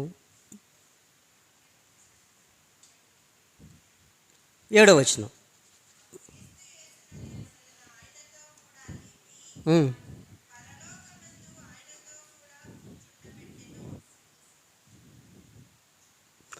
ఎఫెసీ 2:7లో ఎక్కడ కూర్చోబెట్టాడు మనల్ని? ఆయనతో కూడా. ఎక్కడంటండి? ఆయనతో కూడా కూర్చుని పెట్టాను. కూర్చుని పెట్టాడా, పెడతాడా అంటే అర్థం ఏంటి? అంటే మనం పరలోకానికి వెళ్ళిపోయామనా దాని అర్థం? మరేమర్థం? మీరు పరలోక సంబంధులు. మీరు ఎక్కడ కూర్చోబెట్టాను? నేను పర సంబంధమైన స్థలములో కూర్చోబెట్టాను. మీరు భూ సంబంధమైన వారు కారు. అదనమాట. కాబట్టి పరలోక సంబంధమైంది పైనున్న యెరూషలేం. అప్పుడు పరలోకంలో, భూలోకంలో ఉన్నటువంటి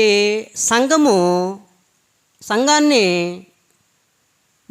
దేవుడు ఎక్కడ చూస్తున్నాడు? ఎక్కడున్నట్టుగా చూస్తున్నాడు? ఆయన పరలోకంలో ఉన్నట్టుగా చూస్తున్నాడు. అవును కదండి. సంఘం ఎక్కడుంది? భూమిపై ఉంది. కానీ దేవుడు ఎక్కడ చూస్తున్నాడు? ఎక్కడున్నట్టుగా చూస్తున్నాడు? పరలోకంలో ఉన్నట్టుగా చూస్తున్నాడు. అర్థమవుతుంది కదండి. అప్పుడు భూమి మీద ఉన్నటువంటి సంఘము పెండ్లి కుమార్తె వలె భూమి మీద ఏమవుతుంది? తను తాను సిద్ధపడుతుంది, అలంకరించుకుంటూ ఉంది, సిద్ధపడుతూ ఉంది పెండ్లి కుమార్తె వలె. ఎంతకాలం సిద్ధపాటు ఇది? 40 సంవత్సరాలు. ఎవరి కాలంలో? అపోస్తుల కాలంలో. పెండ్లి కుమార్తె వలె గొర్రెపిల్ల భార్యగా ఆమె అలంకరించుకుంటూ ఉంది. ఆమె సిద్ధపడిన తర్వాత మళ్ళీ దాన్ని ఎక్కడి నుంచి దిగి రావడంగా చూపించాడు? పరలోకం దిగి రావడంగా చూపించాడు. అదనమాట. అర్థమవుతుంది కదండి. సంఘమే భూమి మీదే ఉంది, కానీ పరలోకం చూస్తున్నట్టుగా చూపిస్తున్నాడు. అది అలంకరిస్తున్నాడు, అలాగా అలంకారంగా చెప్తున్నాడు, ఆత్మ సంబంధంగా చెప్తున్నాడు. పరలోకం దిగి రావడం అనేది భౌతికమైనది అయితే కాదు, భౌతికమైన సంబంధమైన విషయం అయితే కాదు, అలంకారికంగా చెప్తున్నాడు, ఆత్మ సంబంధంగా చెప్తున్నాడు. అదనమాట. కాబట్టి పరలోక సంబంధమైంది క్రొత్త ఆకాశము, క్రొత్త భూమి. ఏ పట్టణం అది? పరిశుద్ధ పట్టణం, నూతన యెరూషలేము. మరి నూతన యెరూషలేము, మొదటి యెరూషలేము ఏం చెప్పబడింది? ఈ యెరూషలేము ఏమన్నాడు? ఫస్ట్ పరిశుద్ధ పర్వతం కదండి, దేవుని పర్వతం. యెరూషలేము ఏమన్నాడు? పరిశుద్ధ పర్వతం, దేవుని పర్వతం అన్నాడు. మొట్టమొదటిగా దేవుని పర్వతం అని ఏది అనబడింది? సీనాయి కొండ, నిర్గమకాండ 3వ అధ్యాయంలో కదండి. మోషే తన గొర్రెలు మేపుకుంటూ వస్తూ ఒక పొద దగ్గరికి వచ్చాడట.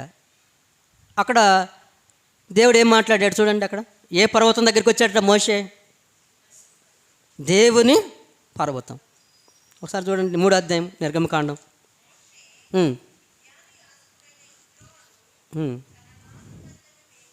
మేపుచు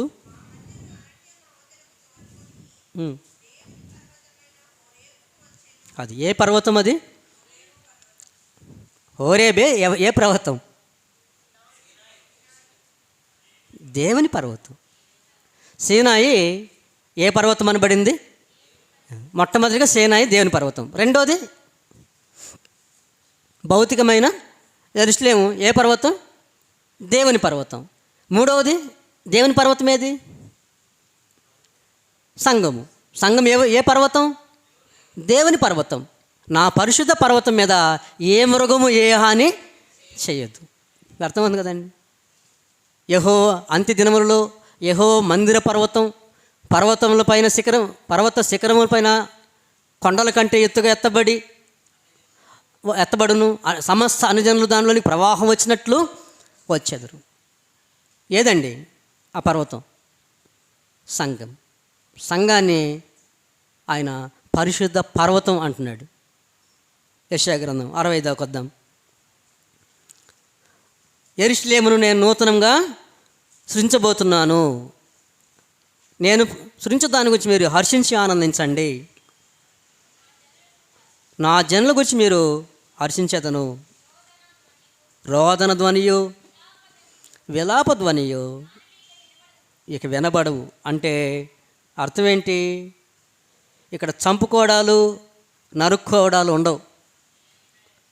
ఆయన రాజ్యంలో సమాధానం తప్ప వేరే ఏమీ ఉండదు. మరి కొట్టుకుంటున్నారు, తిట్టుకుంటున్నారు, గొడవలు ఆడుకుంటున్నారు, కోర్టులకు ఎక్కుతున్నారంటే ఎక్కడి విషయాలు అవి? రాజ్య సంబంధమైన విషయాలా? భౌతిక సంబంధమైన విషయాలు. అర్థమవుతుంది కదండి. అవి రాజ్యానికి సంబంధించిన విషయాలు కావు. క్రైస్తుడు ఎప్పుడు కోర్టుల చుట్టూ తిరగడు. అర్థమవుతుంది. చావనన చస్తాడు తప్ప ఎవరికి హాని జరగాలని మాత్రం అనుకోడు. వాడే నిజమైన క్రైస్తవుడు. అదండి. అర్థమవుతుంది కదండి. కాబట్టి నూతన యెరూషలేము ఏముండదు? దుఃఖమైనను ఏడుపైనను ఉండదు. అక్కడ కొద్ది దినములే బ్రతుకు శిశువులు ఉండరు. కాలము నిండని ముసలివారు ఉండరు. అంటే దేవుని రాజ్యంలో అందరూ కూడా ఎలా ఉంటారు? వయసుతో నిమిత్తం లేకుండా ఉంటారు. ఎలా ఉంటారండి ఆయన రాజ్యంలో? వయసుతో నిమిత్తం లేదు. నువ్వు 80 సంవత్సరాల వయసులో వచ్చినా నువ్వు యాజకుడివే. అర్థమవుతుందండి. నువ్వు 20 సంవత్సరాల వయసులో వచ్చినా యాజకుడివే. ఆ యాజకత్వానికి, ఆ రాజరికానికి వయసుతో సంబంధం లేదు. పాత నిబంధనలు అయితే 30 సంవత్సరాల వయసులో రావాలి, 50 సంవత్సరాలకి రిటైర్మెంట్. ఇక్కడ అలా కాదు, అన్లిమిటెడ్ అనమాట, 100 ఏండ్లు అదనమాట. ప్రకటన గ్రంథంలో 1000 ఏండ్లు అన్నాడు, ఇక్కడేమో 100 ఏండ్లు అన్నాడు. సంపూర్ణం అన్నమాట. ఏంటిది అది? సంపూర్ణం.